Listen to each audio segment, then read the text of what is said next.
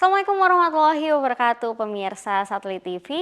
Jumpa kembali bersama saya, Dwi Hasrinitias dalam program Dialog Interaktif Spesial Episode Ngobrol Santai bareng Prof. Ma'ruf. Nah, pemirsa di rumah, kali ini saya sudah bersama Prof. Ma'ruf ya. Langsung saja kita sapa. Selamat malam, Prof. Ya, selamat malam, Mbak. Bagaimana Prof kabarnya malam hari ini, Ya, Prof? alhamdulillah sehat, segar. Baik, waduh luar biasa ya. Prof. Ma'ruf, kemarin kan kita sudah ngobrol ya mengenai berkenalan dengan Prof. Ma'ruf sendiri ya, Prof Ya, ya. Nah, kita ada janji nih, Prof, dengan pemirsa di rumah, Prof. Kita ada janji untuk ngobrol mengenai desa, Prof. desa ya. Nah, iya. Jadi menurut Prof. Ma'ruf ini bagaimana sudut pandang desa, begitu, Prof? Ya, kalau kita mendengar eh, istilah desa gitu ya, Baik, kata-kata desa, tentu semua kita jadi ingat ya tentang dari mana kita berasal. baik, Khususnya kita itu saya ya, karena saya orang desa. Nah, oleh karena itulah, kalau saya melihat desa, menurut saya di samping ya tempat kita ya dibesarkan, nah, desa itu sendiri juga menjadi bagian entitas organisasi pemerintahan terendah yang memiliki peran yang sangat penting. Karena di desa itulah sebenarnya kemajuan, ya, pembangunan, dan semua hal ya baik, terkait keberadaan kita sebagai satu negara bangsa itu berasal. Karena sebagian besar demografinya, ya penduduknya, baik. kemudian secara geografis ya kewilayahan itu adalah di pedesaan, di desa. Oleh karena itulah yang pertama, desa harus memiliki peran ya yang lebih besar dalam pembangunan nasional. Itu menurut pandangan saya gitu. Baik. Nah, secara jabatan ya, Prof ya. Prof Ya, Ma'ruf kan sudah pernah menjabat di Sekjen MPR ya, Prof ya. ya, Nah, ya. kalau misalkan menurut dari pusat itu desa di Banyumas itu bagaimana, Prof? Ya, saya kira seperti pada umumnya desa-desa di seluruh wilayah tanah air, Baik, tentu masing-masing desa punya karakteristik gitu ya, punya potensi baik, dan juga punya permasalahan tersendiri. Tetapi yang lebih penting bagi kita sebagai satu entitas penting dalam kehidupan berbangsa dan bernegara, desa harus terus ditumbuh kembangkan sehingga menjadi satu wilayah yang memiliki peran besar dalam mensejahterakan masyarakatnya. baik, Oleh karena itulah, karena desa-desa memiliki posisi yang berbeda-beda, baik, juga memiliki tingkat kemajuan yang berbeda-beda, juga laju pembangunan yang tentu berbeda-beda. Oleh karena itulah, maka kebijakan tentang desa ke depan tentu harus lebih ditingkatkan ya iya, eh, kualitasnya, sehingga kebijakan negara yang sudah ada dalam konstitusi kita baik, bisa menyentuh sampai di desa dan pedesaan. Khususnya adalah terkait dengan keberpihakannya baik, terhadap kesejahteraan masyarakat desa. Itu menurut saya kira oleh karena itulah ke depan tugas kita semua agar desa yang tentu tidak semua orang gitu ya baik. memahami sebagai satu wilayah yang di situ adalah ternyata punya potensi luar biasa, sehingga dengan kebijakan itu paling tidak itu ya peran-perannya akan lebih kedepankan ke depan. Baik, Saya kira itu. mengenai potensi nih Prof, tadi kan Ya, Prof Ma'ruf menyinggung tentang potensi ya Prof ya. ya, Nah di Banyumas ini kan potensi budayanya kan sangat kental ya Prof ya. ya, ya, Nah, betul. eee, jadi bagaimana ini Prof, pembangunan desa itu apakah bisa dikaitkan dengan pembangunan budaya juga Prof? Ya, tentu sebelum sampai kepada budaya, Baik, bahwa pembangunan desa sekarang ini dengan kehadiran undang-undang tidak hanya memiliki posisi ya penting, tapi peran-peran yang ada dalam undang-undang yang diberikan kepada desa sungguh luar biasa. baik, Utamanya yang pertama adalah terkait dengan pengakuan desa itu iya, sendiri. Ini menurut saya gitu ya. baik, Penghormatannya terhadap desa. Yang kedua juga desa diberikan keleluasaan yang tentu lebih luas dalam mengambil kebijakan. Jadi di situ ada azas yang namanya rekognisi, pengakuan, Iya. juga ada azas subsidiaritas. Baik. Dua hal saja di samping azas lain, tentu kalau kita manfaatkan akan membuat desa itu seperti harapan dari undang-undang sendiri, tentu mampu ya bisa mensejahterakan desanya. Jadi menurut saya ya desa ke depan harus diletakkan dalam konteks ya. Itu seperti itu. Saya kira itu. Baik, mungkin Prof. Ma'ruf bisa menjelaskan kedua asas tadi ya, mungkin pemirsa di rumah juga Ya. penasaran apa itu dua asas yang disebutkan Prof. Ma'ruf tadi. Ya, jadi yang pertama, Iya. desa itu diakui ya, di dalamnya tentu tidak hanya desa yang pada umumnya kita Baik. kenal, tapi juga ada desa adat. Oleh karena itu saya ingin mengatakan bahwa potensi desa itu tidak hanya terkait dengan sumber daya alam ya, dan sumber daya manusia yang ada, Iya. juga sumber daya ekonomi lainnya, tetapi juga ada yang namanya kearifan lokal. Nah, kearifan lokal inilah yang di situ bervariasi tiap desa, punya latar belakang, ada yang dari adat, ya, dari kesatuan masyarakat hukum yang ada di situ itu yang asal usulnya gitu ya tentu harus dihormati, dihargai. Itu juga bagian yang harus potensinya dikembangkan ya, untuk Baik. kepentingan memenuhi harapan masyarakat.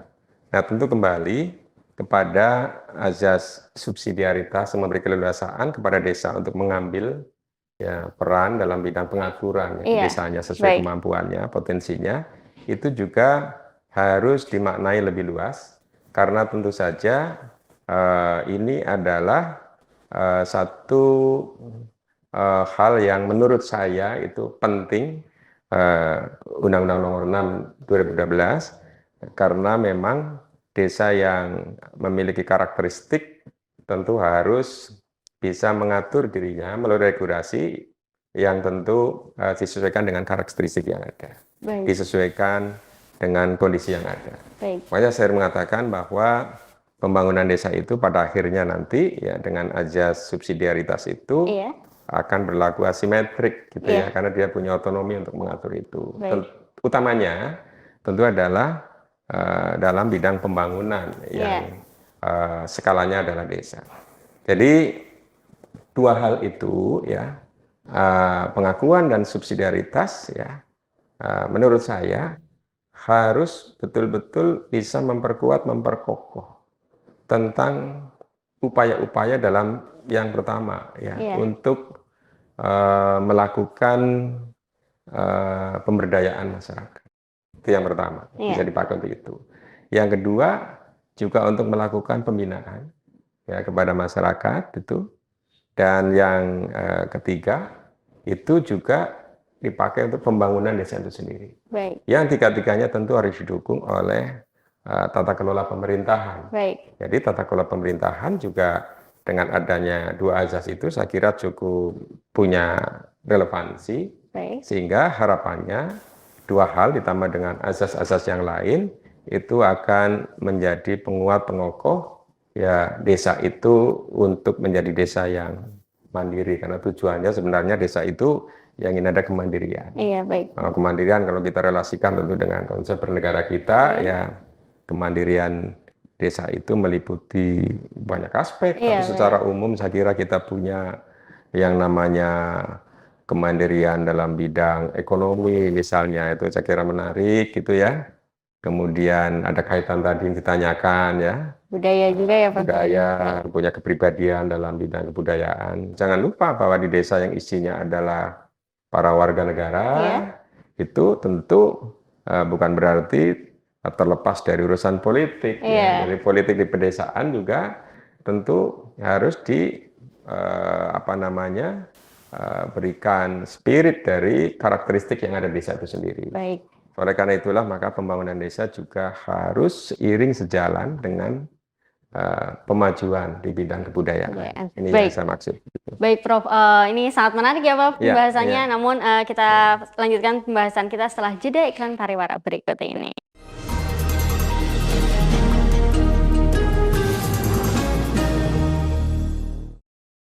Baik pemirsa Satelit TV, masih bersama saya dan juga dengan Prof. Ma'ruf. Nah Prof, kita lanjutkan obrolan kita yang tadi Prof. Jadi bagaimana Prof ini peran penting desa dalam membangun pembangunan nasional ya Prof ya? Iya, jadi Kalau saya mendengar desa, pembangunan ya, membangun desa dan lain-lain, saya jadi teringat ya istilah-istilah itu memang penting, yang dua-duanya Iya, itu tentu punya makna tersendiri. Jadi pembangunan desa itu penting, dari bagian yang sangat strategis perannya dalam pembangunan nasional pasti, baik. karena apalagi kita sering mendengar, membaca, saya kira sudah menjadi hasanah dari halayak ya, Iya, bahwa tidak akan pernah ada keberhasilan pembangunan nasional kalau tidak ada pembangunan dari desa. Oleh karena itu, dua-duanya ya, pembangunan desa dan desa membangun. baik. Nah, ini kalimat yang cukup krusial. Dua-duanya adalah subjeknya ada, itu menjadi sesuatu yang sangat penting menurut saya. Nah, oleh karena itulah, maka pembangunan desa yang menurut saya itu adalah program pembangunan yang sudah sedemikian terencana gitu Iya, ya, dan ada dalam rencana pembangunan jangka panjang nasional gitu iya, ya. Eh, dan konsep desa membangun ya, yang subjeknya berasal dari desa itu baik. sendiri untuk membangun, itu harus ada titik temu sehingga ya sinergi antara eh, membangun desa dan desa membangun itu akan melahirkan satu kapital gitu ya, modalitas pembangunan yang lebih besar. Nah, yang pertama yang menarik sekarang tentu adalah tentang konsep dari desa membangun. Iya, Artinya tadi saya menyinggung soal pemberdayaan masyarakat. baik. Jadi yang harus lebih aktif adalah desa itu sendiri. Iya, Sebagai satu entitas yang di dalamnya ada potensi kewilayahan dan termasuk sumber daya manusia yang ada di desa, warga masyarakat, itu harus memiliki peran yang lebih aktif gitu dalam membangun desa. Khususnya membangun dalam tiga hal setidaknya. Bagaimana agar desa itu mampu mewujudkan ketahanan sosial iya, gitu ya. Kalau ketahanan sosial isinya macam-macam ya. Banyak itu dalam bidang pendidikan, kesehatan dan lain-lain. Itu. Yang kedua adalah terkait dengan ketahanan ekonomi. Ya, ini penting juga menurut saya. iya, Sehingga aktivitas ekonomi di pedesaan tentu tidak hanya menunggu gitu ya, iya, tergantung maksud iya, saya dari pusat, ya, tapi juga harus tumbuh ya dengan aktivitas ekonomi yang di pedesaan menghasilkan kapital yang dipakai untuk mensejahterakan masyarakat. Yang ketiga adalah tentang ketahanan lingkungan ya, baik. tentu desa juga harus memiliki lingkungan yang produktif, bisa mendukung pembangunan desa itu sendiri, sehingga tentu tiga ketahanan itu secara kualitatif kuantitatif ya Iya, akan terus dikembangkan, dimajukan, termasuk tadi budaya iya, ya, karena betul. tidak ada pembangunan desa yang tentu terlepas dari karakteristik ya budaya setempat. Karena dalam budaya itu yang saya maksudkan tiap wilayah yang memiliki karakteristik berbeda, Iya, bahkan budayanya juga bisa berbeda-beda. Jawa, luar Jawa, tentu menurut saya ini harus menjadi bagian penting dalam pembangunan. Oleh karena itulah maka termasuk di Banyumas pembangunan budaya itu harus memiliki perhatian ya. iya, Kita harus memperhatikan soal pembangunan budaya dalam rangka untuk bersama-sama gitu ya mendukung pembangunan di tingkat pedesaan. Nah, kalau tiga ketahanan itu semakin baik, insya Allah indikatornya adalah masyarakat sudah merasakan gitu ya pemenuhan dari kebutuhan-kebutuhan yang ada, baik. sehingga desa sejahtera itu ya itu bisa dilakukan. Nah, tiga hal itu bisa dilakukan kalau ditopang oleh tadi yang saya sampaikan, 4 hal ya.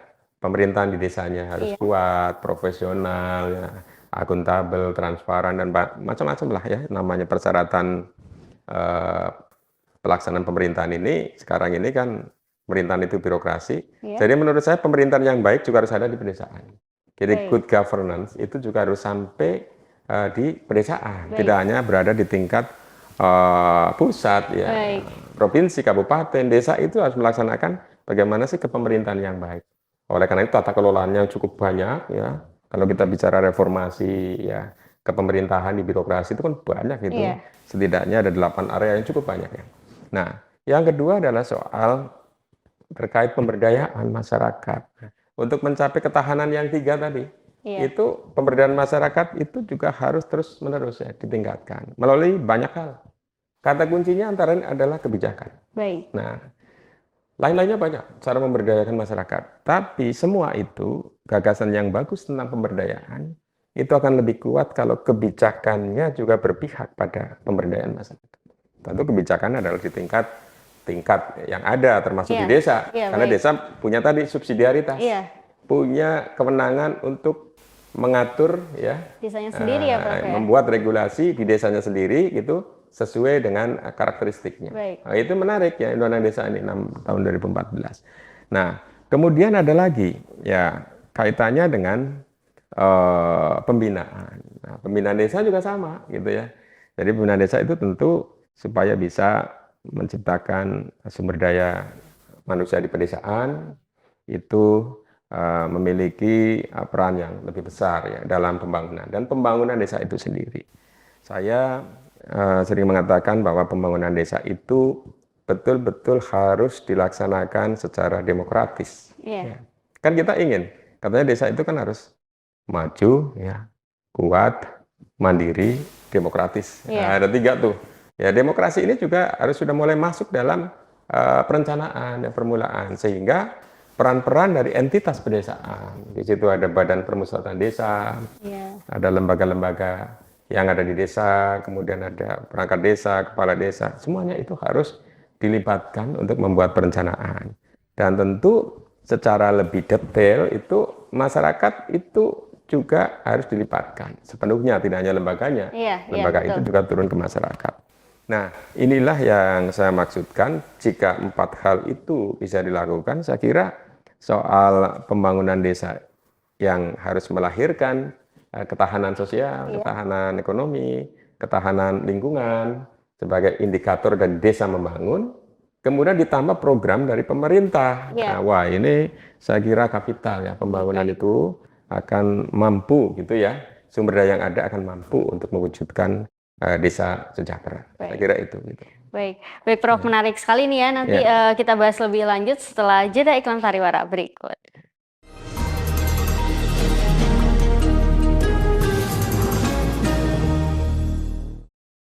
Baik, pemirsa Satelit TV masih bersama saya dan juga Prof Ma'ruf ya. Prof, tadi kan kita berbicara mengenai pemberdayaan ya, Prof ya. Ya, pemberdayaan itu kan meliputi juga sumber daya manusianya ya, Prof ya, termasuk juga kepala desa ya, Prof ya. Iya, iya. Nah, ini kan sedang hangat nih, Prof, isu masa jabatan kepala desa, Prof ya. Iya. 8 tahun dan dapat dipilih dalam 2 kali masa jabatan ya, Prof ya. Iya. Nah, bagaimana menurut Prof Ma'ruf sendiri, Prof? Ya, tentu sebagai warga masyarakat saya ya melihat pemikiran-pemikiran yang berada di tengah-tengah masyarakat, ya itu hal yang alamiah ya. Satu, oleh karena itu setiap pemikiran, apalagi usulan-usulan penting, apalagi menyangkut regulasi dan kebijakan, ini sebagai pribadi warga masyarakat tentu saya menghormati ya, setuju. Tapi yang menjadi catatan, ya apapun yang menjadi usulan kebijakan, ya saya berharap tentu itu adalah betul-betul menjadi arus besar ya. Iya. Mainstream aspirasi, artinya merupakan wacana yang dibangun oleh banyak orang gitu ya. Ya tentu munculnya usulan itu saya yakin dan percaya itu adalah dinamika, ya aspirasi yang berkembang di masyarakat. Tetapi ada yang lebih penting daripada itu, ya tentu tidak hanya berapa lamanya kepala desa harus menjabat, kan gitu ya. Tapi harus betul-betul berbasis pada satu kajian, ya, satu pemikiran yang betul-betul terkonsep, sehingga 8 tahun adalah waktu yang memang layak diberikan. Untuk apa? Kalau saya memahami pasti karena tugas kepala desa yang utama adalah untuk melaksanakan tugas-tugas pemerintahan dan pembangunan. Jadi 2 hal itu saya kira harus menjadi orientasi dari sebuah gagasan, keinginan. Nah, mau 6 tahun, mau 8 tahun, bahkan mau selama apa. Yang penting pada akhirnya bahwa regulasi yang dibangun itu ya sudah memiliki paling tidak ya pengakuan legitimasi dari aspek-aspek yang bersifat filosofis ya. Jadi memang kehadiran urgensinya apa. Baik. Yang bersifat sosiologi saya kira memang secara sosial ini memang layak, dan yang ketiga tentu adalah regulasi aturan. Nah, oleh karena itulah catatan saya yang pertama sebagai warga negara ya 8 tahun kalau memang itu sudah diputuskan gitu ya. Ya saya bersetuju sudah diputuskan kan gitu ya. Tetapi intinya 8 tahun betul-betul harus secara terencana ya ke depan terkonsep ya Baik. untuk betul-betul merepresentasikan ya desa itu dengan azas-azas tadi Iya. yang banyak tadi ya. Nah, yang kedua ya tujuannya desa itu dibangun untuk menjadi desa yang mandiri kan. Baik. Yang tadi juga desa mandiri prasyaratnya juga harus memiliki ketahanan dalam bidang-bidang yang tadi saya sampaikan. Nah, kalau 8 tahun itu betul-betul terencana, karena ada yang namanya rencana pembangunan jangka menengah desa, gitu ya. Ada jangka panjang desa. Nah, tolong dalam membuat perencanaan tentu harus pelibatan Baik. partisipasi masyarakat, juga itu relasinya dengan pemberdayaan masyarakat itu dilibatkan sehingga waktu yang diberikan 8 tahun itu betul-betul satu tahapan yang memiliki atau syarat ya dengan sasaran-sasaran yang sudah terukur gitu ya, yang sudah ya bahasa saya target oriented ya. Jadi orientasi pada target gitu. Sehingga keberadaannya sebagai entitas yang memiliki peran penting dalam pembangunan nasional betul-betul punya pengaruh dalam keberhasilan pembangunan nasional. Jadi 8 tahun kalau sudah diputuskan atau itu menjadi wacana yang kuat ya yang penting latar belakangnya. Menurut pendapat saya kira ya baik sepanjang prasyarat-prasyarat yang tadi saya sampaikan itu dipenuhi, saya kira itu. Baik, baik Prof. Mengenai kesejahteraan ya Prof ya, kesejahteraan desa itu kan juga salah satu faktornya adalah pembangunan ekonomi pedesaan ya Prof ya. Nah itu menurut Prof Ma'ruf sendiri bagaimana Prof? Ya, jadi ada kaitan dengan tadi bagaimana tata kelola pemerintahan, pemberdayaan masyarakat, pembinaan yang tentu tiga-tiganya adalah juga harus menopang kuat tentang ke arah mana desa itu akan dibangun, yaitu desa sejahtera, ya, desa mandiri, desa sejahtera. Nah, oleh karena itulah makanya aspek ekonomi menjadi salah satu ya yang penting juga harus betul-betul dikuatkan perannya, karena ekonomi ini tentu ada kaitannya dengan pemenuhan kebutuhan masyarakat ya di bidang ya salah satunya finansial saya kira ya. Pemenuhan kebutuhan hidup, kebutuhan dasar itu adalah aspek ekonomi. Sehingga ruang yang diberikan oleh pemerintah dalam pembangunan misalnya ada badan usaha milik desa ya. Itu BUMDes ya. BUMDes itu betul-betul harus dikelola sedemikian rupa sehingga mampu memberikan manfaat ya, benefit kepada masyarakat pedesaan. Baik. Dan oleh karena itu yang kedua, pengelolaan BUMDes itu harus tetap tidak boleh keluar daripada sistem ekonomi kita yang tentu dasarnya adalah sistem ekonomi Pancasila. Itu penting ya. Karena apa? Ya, tidak ada satu urusan negara ini yang keluar dari yang namanya ideologi negara itu tadi. Karena ideologi negara yang akan memandu ya, akan menjadi pemandu dari perjalanan pembangunan desa maupun juga di tingkat nasional.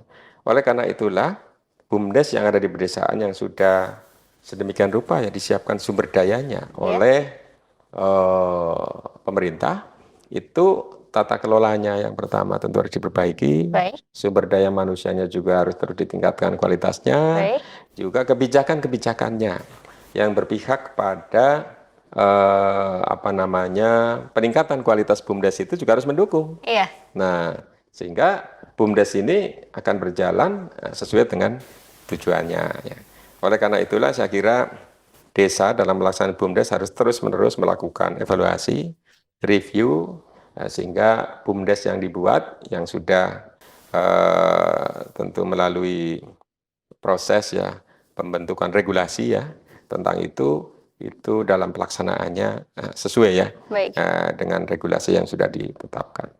Itu saya kira ya tentang ekonomi di pedesaan, Baik. sehingga kemandirian ekonomi itu bisa diwujudkan ya, saya Baik. kira itu. Baik, namun saya agak lupa ini Prof, tadi ingin menanyakan tapi ke-skip nih Prof. Ya. Mungkin di pemirsa di rumah kan ada yang belum tahu Prof ini bedanya kepala desa dan juga lurah itu apa sih Prof sebetulnya? Iya, iya. Mungkin ada beberapa pemirsa di rumah yang Ya. penasaran begitu Prof.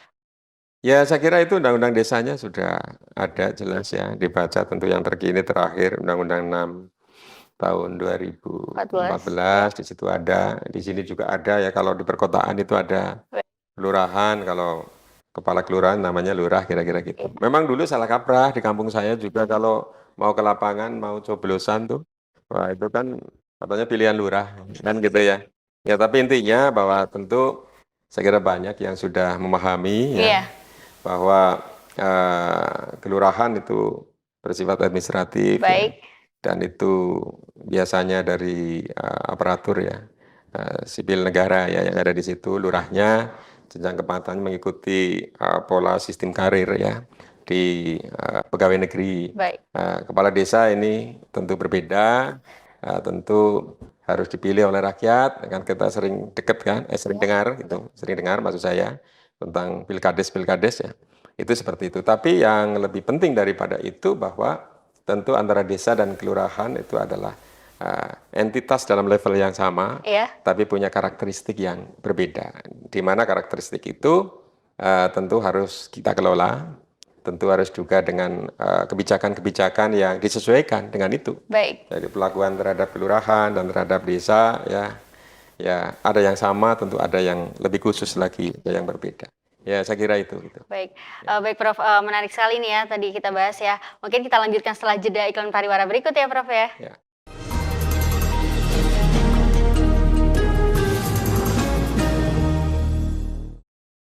Baik pemirsa Satelit TV, masih bersama saya dan juga Prof Ma'ruf. Prof, tadi kan kita sudah membahas ya Prof mengenai ketahanan ekonomi Prof. Iya, ketahanan ekonomi bisa ya. Sekarang kita beralih ke ketahanan sosial budaya Prof. Ini dalam rangka pembangunan desa, menurut Prof Ma'ruf sendiri bagaimana Prof? Iya, menarik juga itu ya. Jadi memang tidak akan terlepas ya bahwa membangun desa ya membangun ketahanan. Iya. Tadi disampaikan ada ketahanan ekonomi, ketahanan budaya, sosial, dan juga ketahanan ekosistem ya, lingkungan.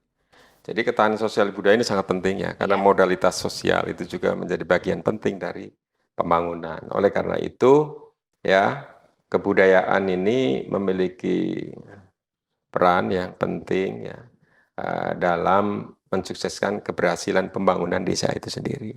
Karena dalam budaya tentu ada manusia ya. Manusia itu juga perlu ya bisa berekspresi ya dalam pembangunan itu sendiri sebagai subjek pembangunan.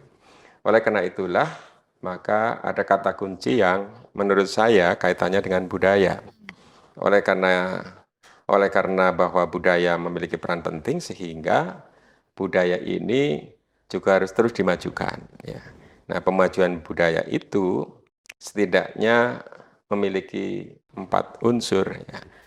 Yang pertama adalah terkait dengan perlindungan ya terhadap macam-macam budaya itu yang menjadi dari objek pemajuan. Ya.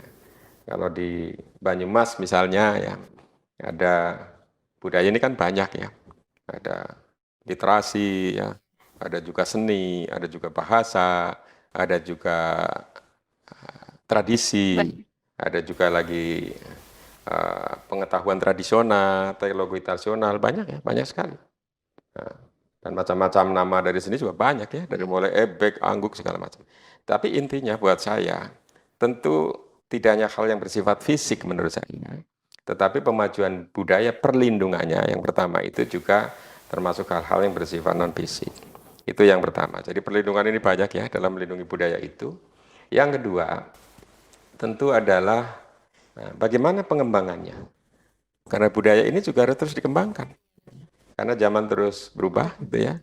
Nah, harus diadaptasikan. Oleh karena itulah muncul ya sering kita dengar ada istilah-istilah eh, asimilasi, alkulturasi ya. Kita harus melakukan inovasi sesuai konteks gitu ya. Adaptasi itu penting sehingga pengembangannya akan disesuaikan dengan kebutuhan zaman. Tentu tidak boleh terlepas ya dari karakteristik ya, apalagi nilai-nilai luhur ya, jati diri dari bangsa Indonesia. Karakteristik dari desa itu sendiri. Dan yang ketiga, setelah pengembangan tentu harus dibina gitu ya. Ada pembinaan kebudayaan itu melalui banyak cara, baik melalui manusianya, para pelaku budaya, ditingkatkan kualitasnya, juga melalui tata kelolanya, juga pelembagaannya. Nah, tentu kita tahu bahwa entitas yang berkonsentrasi, ya, beratensi terhadap budaya cukup banyak sekali. Di Banyumas juga cukup banyak. Oleh karena itulah, menurut saya itu yang harus terus diberdayakan sehingga semakin kuat partisipasinya dalam pemajuan budaya itu. Karena secara berjenjang kita semua tahu ya bahwa pokok pikiran pemajuan budaya di tingkat desa, bahkan yang lebih kecil daripada itu, adalah sumber yang sangat penting dalam mewujudkan pokok pikiran pemajuan budaya di tingkat kabupaten. Tuh, yang melewati kecamatan dulu dong, karena karakteristiknya beda-beda. Kabupaten nanti ke provinsi. Di tingkat provinsi nanti ada strategi tentang kebudayaan sendiri, yang nanti melahirkan yang namanya rencana ya pembangunan. Nah, rencana pembangunan inilah yang tentu akan menjadi haluan kita semua. Makanya betapa pentingnya ketahanan sosial budaya ini, khususnya budaya, ya, kalau sosial banyak aspeknya, karena itu tadi menjadi haluan. Ya, pembangunan, haluan pembangunan desa dari budaya desa itu sendiri. Ya, sosial budaya. Oleh karena itu, menurut saya, setelah pembinaan, ya, pemanfaatannya. Baik. Ya, jadi ada perlindungan, pengembangan, kemudian ada pembinaan, dan kemudian ada pemanfaatan dari budaya. Nah, pemanfaatan inilah, ya, kalau budaya itu memiliki eksistensi, gitu ya, akan berkorelasi melahirkan ya hasil pembangunan yang kita harapkan. Apa itu? Ya kesejahteraan. Kesejahteraan itu tidak hanya yang lahir, pemenuhan ekonomi dan lain-lain, tapi juga batin. Makanya pemanfaatan budaya bisa melahirkan peningkatan kualitas jati diri bangsa, karakter bangsa, ya, hubungan sosial. Nah, disitulah saya mengatakan yang ini semua nanti akan memiliki peran besar dalam membangun politik kita, ya, ekonomi kita, sosial budaya kita kembali, pertahanan keamanan dan lain-lain. Jadi dimensi yang lahir dari budaya ini ternyata luas karena budaya itu sendiri kan kita ya peradaban manusia. Nah, yang kedua, kesejahteraan yang bersifat ya apa namanya kebutuhan. Langsung secara ekonomi kita perlukan. Budaya juga, nah, kalau di Banyumas sering dengar kita ya, di samping sebagai tuntunan ya, keteladanan, juga tontonan yang bisa menghasilkan uang. Ya, jadi itu industri. Ya. Bisa industri itu, bisa juga di situ ada kuliner, ya macam-macam lah di sini banyak. Maksud saya bahwa itu akan bermuara tentu pada peningkatan itu ya pendapatan dari mulai budaya. Nah, itu yang menurut saya itu penting. Dan pemanfaatannya dalam juga kita kan juga harus menunjukkan sebagai bangsa yang bermartabat berbudaya itu juga kepada mancanegara. Betul. Jadi budaya dari desa ini, saya dengar ada yang sudah sampai ke luar negeri ya. Iya. Saya juga dengar itu katanya gamelan wayang aja sampai ke Italia. Itu luar biasa tuh. Nah, itu juga harus menjadi alat diplomasi. Jadi ada diplomasi budaya. Oleh karena itulah, menurut saya kerjasama ya dari entitas budaya di masing-masing daerah dengan daerah lain, bahkan kerjasama internasional harus dilakukan. Supaya manfaat dari keberadaan budaya itu juga memiliki manfaat ya buat pembangunan nasional yang tentu pada gilirannya adalah untuk mensejahterakan masyarakat. Saya kira itu. Baik. Namun kondisi saat ini ketahanan sosial budaya di Banyumas menurut Prof. Ma'ruf sendiri seperti apa, Pak? Ya, saya kira setiap wilayah daerah akan menemukan tantangannya sendiri ya. Ya. Satu kondisi ya yang belum maksimal. Baik. Itu alamiah. Iya. Ya. Nah, yang di situ pasti itu akan ada peluang-peluang. Nah, oleh karena itulah ya tantangan di sini menyangkut tadi ya 4 hal, nggak kemana-mana. Ya tantangan kita soal budaya kan dimanapun tempatnya adalah soal pemajuannya. Iya. Pemajuannya itu meliputi perlindungan, pengembangan, pembinaan, pemanfaatan.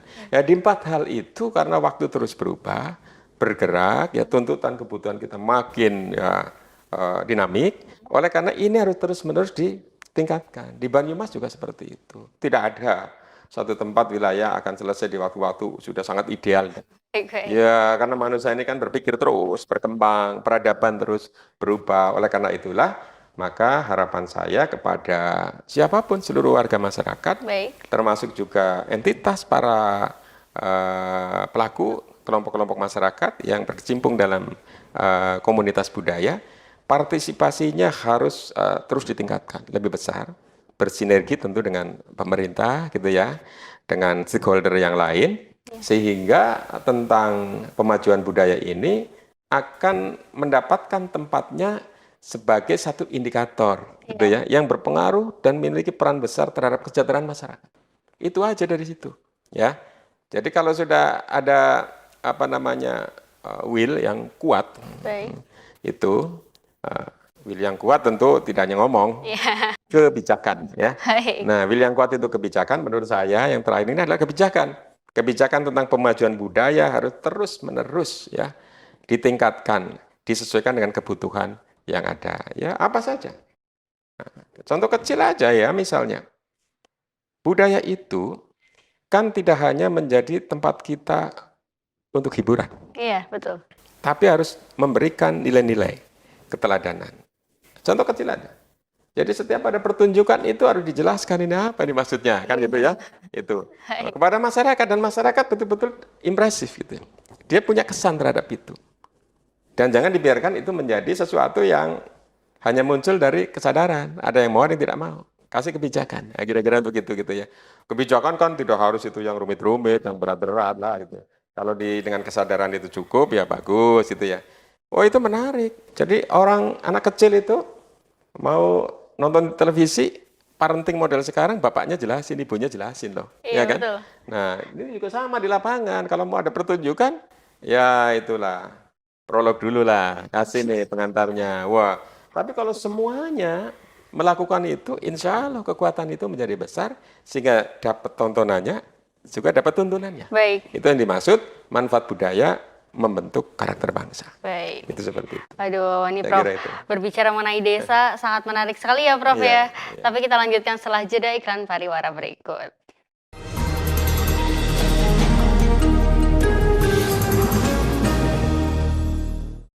Baik pemirsa Satelit TV masih bersama saya dan juga Prof Ma'ruf. Prof, Ya. menghadapi tantangan di era sekarang ini kan banyak sekali ya Prof ya tantangan ya. Tadi kan Ya. kita berbicara tentang budaya juga ya Prof ya. Ya. Nah saat ini kan banyak nih tantangan budaya yang akan terjadi ya di perubahan zaman ini ya Prof. Menurut Ya. Prof Ma'ruf sendiri bagaimana ini Prof? Ya, saya kira bahwa tantangan-tantangan yang besar ya terhadap kondisi saat ini sekarang ini Baik. tentu harus kita respon ya sedemikian rupa sehingga bisa menciptakan peluang. Baik. Nah, ini juga tidak mudah ya. Iya. Seperti itu, tantangan tapi menjadi peluang. Apalagi sekarang ini adalah era digitalisasi ya. Baik. Jadi lintas komunikasi antar entitas ini tidak bisa lagi dibatas-batasi. Iya. Jadi borderless itu ya luar biasa lah. Jadi intinya bahwa kemudahan-kemudahan yang ada karena perkembangan teknologi dan informasi Baik. tentu sesuatu yang niscaya akan mempengaruhi apapun itu dalam kita ini berdesa ya, bermasyarakat, berbangsa dan bernegara. Oleh karena itu tentu dalam konteks pembangunan desa ya ini tidak boleh menjadi kendala dalam mewujudkan ketahanan sosial di pedesaan. Baik. Tidak boleh menjadi kendala dalam kita ingin mewujudkan ketahanan ekonomi maupun juga lingkungan. Nah, oleh karena itulah maka ya kita harus tetap yang pertama nih berada dalam jati diri bangsa kita. Nah, tadi saya mengatakan bahwa jati diri bangsa ya yang lahir daripada pikiran-pikiran kebudayaan yang berada di entitas paling rendah bahkan ya, tidak Oke. hanya di desa, lebih rendah dari itu malah. Kesatuan Masyarakat Hukum ya, termasuk masyarakat itu adat ya, ada di situ. Itu harus terus-menerus dipelihara, dirawat, sehingga benar-benar menjadi pondasi, benar-benar menjadi rujukan bagi kita. Oleh karena itulah, maka para generasi muda itu harus diberikan ruang yang cukup ya, Baik. untuk mampu mengetahui gitu ya, memahami tentang jati diri bangsa kita, khususnya adalah budaya kita. Yang di masing-masing daerah berbeda-beda. Iya. Itu seperti itu. Nah, yang kedua, untuk itu maka kebijakan ya pemerintah dalam bidang perlindungan, ya, pengembangan, pemanfaatan dan pembinaan itu betul-betul harus sampai pada tingkat terbawah ya, sehingga ya sumber-sumber nilai yang berada di bawah itu betul-betul mendapatkan tadi itu ya, kebijakan perlindungan ya, pembinaan, pemanfaatan dan pengembangannya. Nah, itu yang kedua menurut saya kebijakan ini menjadi penting gitu ya. Dan yang ketiga tentu harapan saya pembangunan desa dan pembangunan budaya sesuatu yang apa namanya saling terkait, bahkan terintegrasi jadi satu. Iya. Haluan pembangunan desa dasarnya juga harus budaya, kira-kira begitu. Sama. Haluan pembangunan nasional ini kan dasarnya juga kan ideologi negara. Iya. Nah, oleh karena itulah tentu di pedesaan itu tidak ada yang tidak memiliki atensi besar ya terhadap budaya desanya masing-masing. Apalagi Undang-Undang Desa telah memberikan ruang ya yang cukup luas terkait dengan ya, pengakuan ya, terhadap karakteristik ya, otonomi di desa itu sendiri. Yang kedua juga telah memberikan ruang yang sangat luas agar desa bisa mengatur. Nah, oleh karena itulah hak untuk mengatur itu ya, digunakan ya semaksimal mungkin sehingga kita tetap berada dalam kemajuan yang moderat, yang mengikuti perkembangan zaman, tapi tidak kehilangan jati diri.